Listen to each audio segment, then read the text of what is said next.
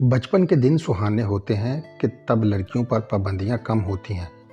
میرے یہ دن تو ایسے اڑ گئے جیسے پردیسی پنچھی۔ والدین نے میٹرک تک بمشکل پڑھنے دیا، کالج جانے کا خواب ٹوٹ کر خود میرے دل میں چبھ کر رہ گیا۔ جب والد نے کہہ دیا کہ صدف کالج نہیں جائے گی، یہ میرا سب سے حسین خواب تھا۔ ڈاکٹر بنوں گی، با اعتماد زندگی گزاروں گی۔ رزلٹ نکلتے ہی سارے خواب دھرے کے دھرے رہ گئے۔ یہ پرایا دن ہے، اب آگے پڑھ کر اس نے کیا کرنا ہے۔ 1400 سال پہلے عرب سے لڑکیوں کو زندہ دفن کر دیا کرتے تھے۔ مجھے بھی کسی نے میرے سپنوں سمیت زندہ دفن کر دیا اور میں کالج نہ جا سکی۔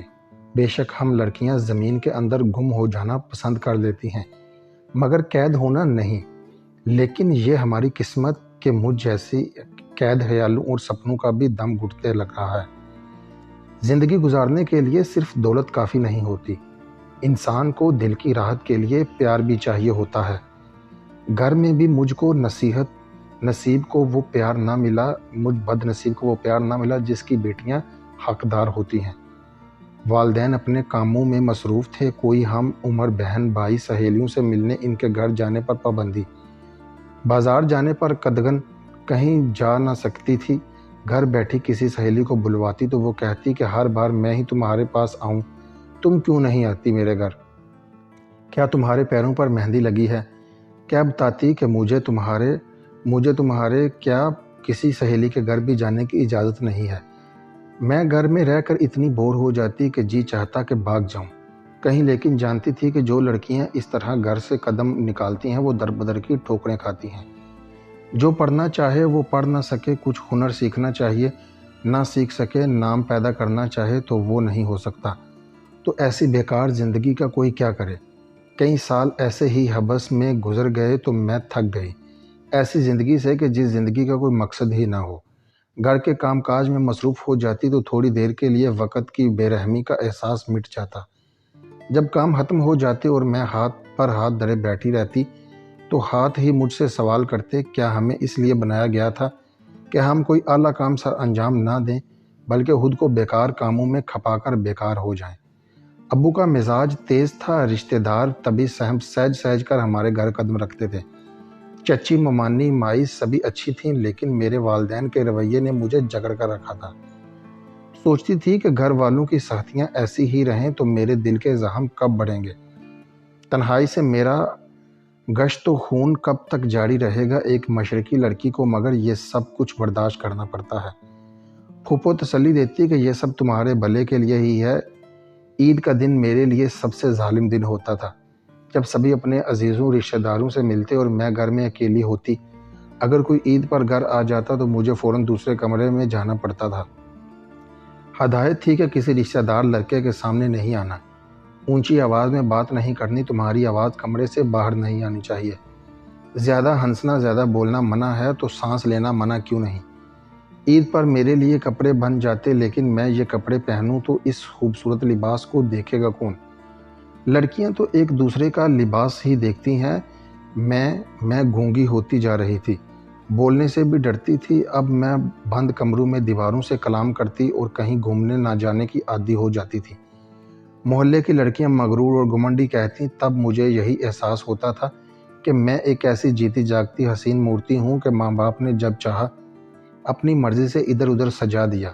اگر میں جیوں تو ان کی اجازت سے، مروں بھی تو ان کی مرضی سے۔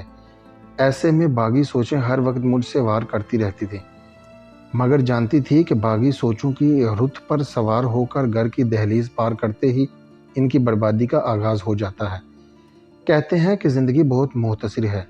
سوچتی تھی کہ اس مختصر زندگی میں بھی میرے گھر والے کبھی کچھ ایسا کام نہیں کرنے دیں گے جس سے میری روح کو تسکین ہو، میری شناخت قائم ہو اور لوگ میرے اچھے اور تخلیقی کاموں کی وجہ سے پہچانیں۔ میں پڑھ لکھ کر کچھ بننا چاہتی تھی، مگر کالج نہ جانے دینے کی وجہ سے میں رشتہ دار لڑکیوں سے کہیں پیچھے رہ گئی۔ مجھے تصویریں بنانے کا شوق تھا، ماں میری بنائی ہوئی تصویروں کو آگ دکھا دیتی کہ یہ ایک بیکار اور شیطانی کام ہے۔ شعر و شاعری بھی مجھے اچھی لگتی تھی، ماں کہتی یہ لڑکیوں کو زیب نہیں دیتی، یہ ان کو بے حیائی سکھاتی ہیں۔ وہ دیوانے غالب کو میرے ہاتھ سے چھین لیتی تھی۔ غرض کہ ان دنوں میری زندگی میں خوشی نام کی کوئی چیز نہ تھی۔ ایک پھوپھو میرا واحد سہارا تھی، مجھے سمجھاتی تھی یہ سب تیرے بھلے کے لیے ہی ہے، ماں باپ تیرے دشمن نہیں ہیں، وہ تجھے ایسے رکھنا چاہتے ہیں جیسے سیپ میں بند موتی تاکہ تیری آفتاب قائم رہے۔ اب موتی کی آپ کو کوئی چڑا کر نہ لے جائے، صرف تو اس بات کو سمجھ کہ لڑکیوں کی قدر صرف شوہروں کے پاس ہوتی ہے۔ اگر اس کو خبر ہو جائے کہ جو موتی اس نے اپنی پگڑی میں سجایا ہوا ہے اس کی آپ کو کوئی چرا کر لے گیا ہے تو پھر بھی وہ اس موتی کو کنکر سمجھ کر پیروں تلے رون ڈالتا ہے۔ یہ مرد کی فطرت ہے، وہ خود ایسی بیوی چاہتا ہے جس کو آسمان نے بھی نہ دیکھا ہو، اور وہ دوسروں کی عورتوں کو پھول سمجھ کر بھونگڑے کی طرح سونگھتا پھرتا ہے۔ میں پھوپھو کی بات کا یقین کر لیتی، ان کی تسلیاں مجھے ڈھارس دیتی کہ لڑکیوں کو تن من سے ہی نہیں اپنی سوچوں سے بھی اجالا اور پاک صاف ہونا چاہیے، تبھی خدا کی مہربانی ہوتی ہے، اس کا گھر بنتا ہے اور جنت جیسی راحت سے بھر جاتا ہے۔ ہر شوہر پاک باز بیوی کی ایسی قدر کرتا ہے جیسے وہ جنت سے اتری ہوئی حور ہو۔ کلک مجھے علم حاصل نہ کرنے سے تھا، کچھ ہنر نہ سکھا پانے سے تھا، سب آزادیوں کو میں نے مستقبل کی انہی امیدوں کے ڈھیر میں دفن کر دیا۔ اس خیال میں گم ہو گئی کہ جب شادی ہوگی اور میرے جیون ساتھی کو ایک اچھوتی لڑکی ملے گی، کبھی جس نے بلا وجہ گھر سے قدم باہر نہ نکالا ہوگا اور میری قدر کرے گا، زمین و آسمان پر بٹھا دے گا۔ 17 برس کی عمر میں جب میرا رشتہ آ گیا، یہ غیر لوگ تھے، ابا جان کے ایک دوست کی معرفت سے یہ رشتہ آیا تھا۔ مختصر سی فیملی تھی، 2 بھائی اور 1 ماں۔ خوشحال کنبہ، بڑا بھائی کمانے کی سعودی عرب گیا ہوا تھا، میری شادی چھوٹے والے لڑکے سے ہو گئی جس کا نام شہزاد تھا۔ ابا کے دوست نے ان لوگوں کو بہت تعریف کی، والد نے جانا کہ یہ رشتہ اچھا ہے، میری لڑکی سکھی رہے گی اور عیش کرے گی۔ والد نے اپنی حیثیت سے بھر کر جہیز دیا، سسرال میں میری خوب پذیرائی ہوئی۔ جلد ہی پتہ چل گیا کہ شوہر نامداد تو کوئی کام نہیں کرتے، بڑا بھائی سعودی عرب کی ایک مشہور کمپنی میں کام کرتا ہے، وہ کما کر لاتا تھا، باپ فوت ہو چکے تھے، یہ ماموں کی سرپرستی میں پلا بڑا تھا اور گلی محلے کے آوارہ لڑکوں کے ساتھ کھیل کود کر جوان ہوا تھا۔ والد صاحب سے کہا گیا کہ FSC ہے، لیکن لڑکا میٹرک بھی نہ کیا اور سکول سے بھاگ کر آوارہ لڑکوں کی منڈی کا سنگار بن گیا۔ اس کے سارے دوست نشہ کرتے اور ہیروئن بڑے سگریٹ پیتے تھے۔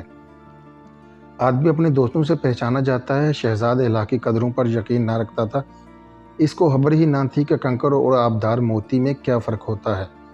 وہ تو سبھی کو کنکر سمجھتا تھا۔ میری حفاظت ماں باپ نے ایسے کی تھی، ہماری بیٹی زمانے کی ہوا نہ لگے، جس گھر جائے سبھی اس کی عفت و عصمت کی قسمیں کھائیں اور وہ شوہر کے دل پر راج کرے۔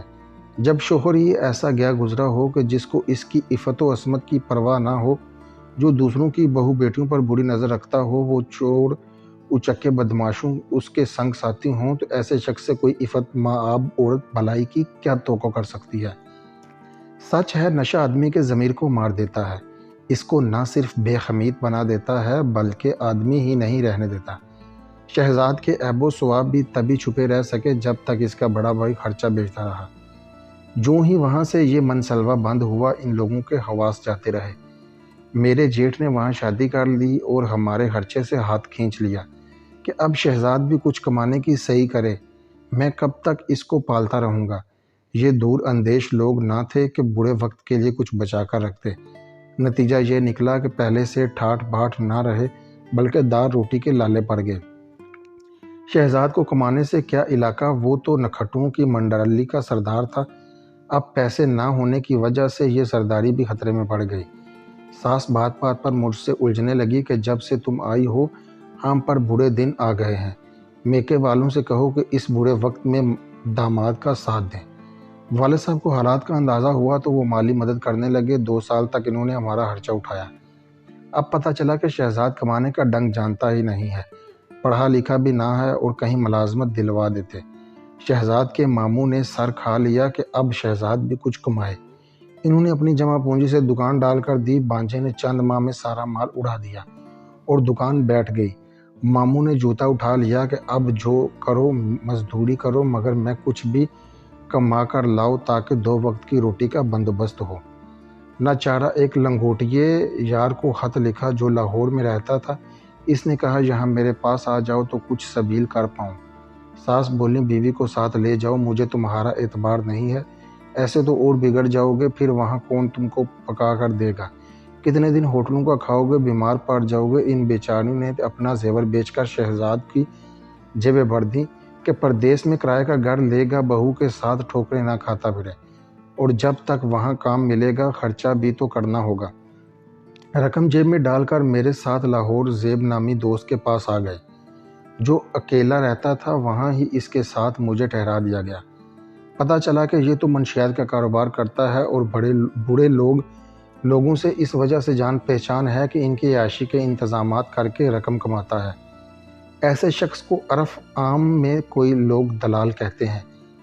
اس کے گھر کی کئی طرح کے بدماشوں کا آنا جانا رہتا تھا، اور شہزاد مجھ سے کہتے کہ زیب کے مہمانوں کے لیے چائے اور کھانا وغیرہ تم کو بنانا ہوگا، تب بھی وہ مجھے کسی کام پر لگوائے گا۔ ایسا غلط ماحول کہ کبھی تصور بھی نہ کیا تھا کہ ایسی جگہ رہنا پڑے گا۔ میرا تو دم گھٹتا اور کلیجہ منہ کو آتا تھا۔ زیب خان اس بازار سے لڑکیوں کو لاتا اور آگے عیاش سیٹھوں کو پہنچاتا۔ کس قدر گھناؤنا کاروبار تھا۔ جلد ہی مجھے بھی اپنی عزت کے خطرے میں نظر آنے لگی کہ شہزاد نے گویا میری حفاظت سے ہی ہاتھ اٹھا لیے تھے۔ اب میں کلی طور پر اس دوست کے رحم و کرم پر تھی۔ جب یقین ہو گیا کہ کسی دن یہ بے ضمیر میری عزت کا بھی سودا کر دے گا، تو میں نے اپنے والد کو خط لکھا، سودا لانے والے ایک لڑکے کی محنت کی کہ کسی کو پتہ نہ چلے، تم یہ خط سپرد ڈاک کر آؤ۔ وہ بیچارہ شریف دل انسان تھا، اس نے بھی خطرے کی بو پا لی تھی۔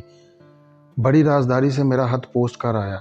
ادھر میرے والدین پریشان تھے کہ شہزاد اور مجھے لے کر کہیں چلا گیا ہے۔ میرا خط ملا تو ان کے ہوش اڑ گئے۔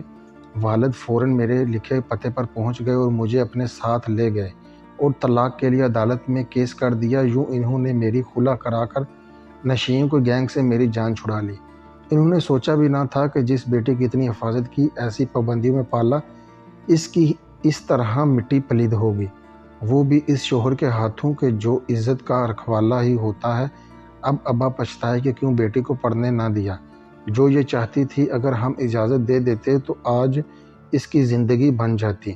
کیا خبر اس کے اندر کوئی ڈاکٹر، انجینئر یا ادیب چھپا ہوتا تھا۔ لیکن شاید میری قسمت ہی ایسی تھی کہ اب کہتے، پڑھو، جہاں تک پڑھنا ہے چاہو گی پڑھو، میں نہ روکوں گا۔ لیکن میرا دل بری طرح ٹوٹ چکا تھا۔ کاش وہ اس وقت سمجھ لیتے کہ اگر بیٹی میں کچھ صلاحیت ہو تو اس کو پڑھنے اور آگے بڑھنے سے نہ روکنا چاہیے، ورنہ یہ آبدار موتی اگر شوہر اچھا نہ ملے تو کنکر ہی بن کر رہ جاتا ہے۔ سین